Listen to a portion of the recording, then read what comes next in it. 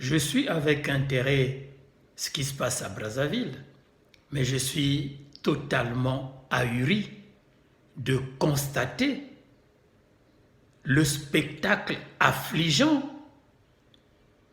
de deux de nos généraux, en l'occurrence le général Norbert Dabira et son collègue, le général Nyangambwala Ngatse. Ces deux généraux sans foi ni loi et totalement incompétents sont en train de nous servir un spectacle, mais comme je l'ai dit, totalement affligeant. Et oui, ils usurpent même leur titre de général. Et je comprends pourquoi M. Denis Sassou Nguesso avait pu réussir son coup d'État de 97 grâce uniquement aux supplétifs angolais. Mais nous sommes face à un pouvoir de bras cassés. Et oui, ce pouvoir développe une tactique d'esquive permanente et d'évitement des problèmes réels des Congolais. La question aujourd'hui, ce n'est pas l'avalanche des procès qu'on nous sert. Ça, c'est de la mascarade. Le problème aujourd'hui du Congolais, c'est que l'étudiant puisse percevoir sa bourse. Nous avons des étudiants à l'extérieur qui dorment dans les rues, qui sont devenus des sans domicile fixe. Quand il y a peut-être une ambassade, ils peuvent encore aller squatter. Ce sont nos enfants, c'est l'avenir de notre pays. Qui les a envoyés à l'extérieur? C'est l'État congolais. Et qui aujourd'hui est incapable de payer les bourses. Au pays, les amis qui sont retraités meurent parce qu'on n'arrive plus à leur servir leur pension. Ne parlons plus d'autres problèmes, comme l'hôpital. L'hôpital public aujourd'hui du Congo est devenu un centre d'euthanasie de masse, où les gens meurent comme des mouches. Il manque l'eau, il manque l'électricité. Les quartiers, quand il pleut une seule journée, c'est la débandade, les érosions. Voilà les problèmes et j'en passe. Sans oublier que tous ceux qui environnent, qui entourent M. Sassou ont fait des détournements astronomiques, des milliards planqués dans les banques à l'étranger. Et nous connaissons là où sont ces milliards.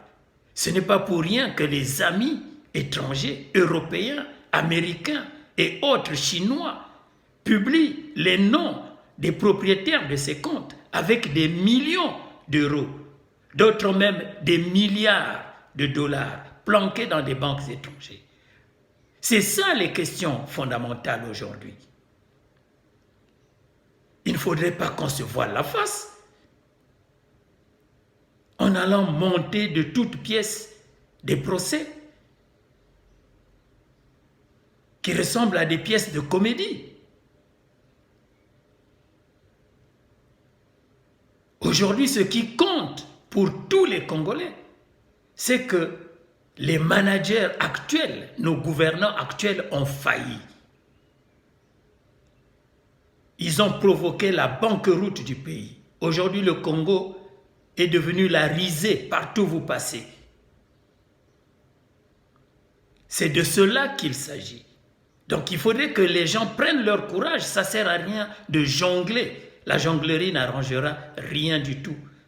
Il faut que les gens puissent s'asseoir pour régler cette question de management de la chose publique. Oui, le général Dabira, je le connais. Je l'ai assisté dernièrement quand il est venu en 2017 pour organiser la messe de requiem de sa fille qui venait de mourir à Brazzaville. Mais je suis quand même ahuri que ce général descende si bas que ce soit désormais les civils que nous sommes qui puissions leur montrer des stratégies et autres. C'est quand même affligeant. Un coup, on dit, c'est le général Jean-Dominique Okemba dont ils servent désormais, ils ne veulent plus servir Sassou. Un coup, on dit, c'est Nyangambwala. Un coup, on va chercher un civil. Mais qu'est-ce qu'on veut? Ce n'est pas ça la solution. Les gens doivent prendre leur courage. Vous avez mal géré la République. Vous avez mal géré le pays. Reconnaissez-le. Ne cherchez pas des boucs émissaires pour le plaisir. Ne cherchez pas à éliminer les gens qui sont capables de mieux gérer le pays. Le peuple congolais n'est pas bête.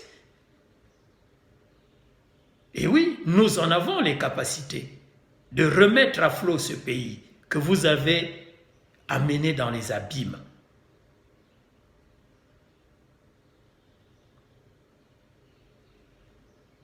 Et pour moi, tout ce qui se raconte là, c'est une pièce de théâtre montée entre amis. Parce qu'il y a un manque d'incohérence même dans tout ce qu'ils disent. Ils se sont retrouvés chez le ministre Mboulou à Troyes, où l'un d'entre eux dit non, nous ne servons plus Sassou, nous devons désormais servir M. Jean-Dominique Okemba. Et devant la barre, l'autre dit non, c'est une pauvre veuve qui m'a dit que mon collègue général a voulu démettre Sassou Nguesso. Mais enfin, qu'est-ce que c'est cette affaire-là?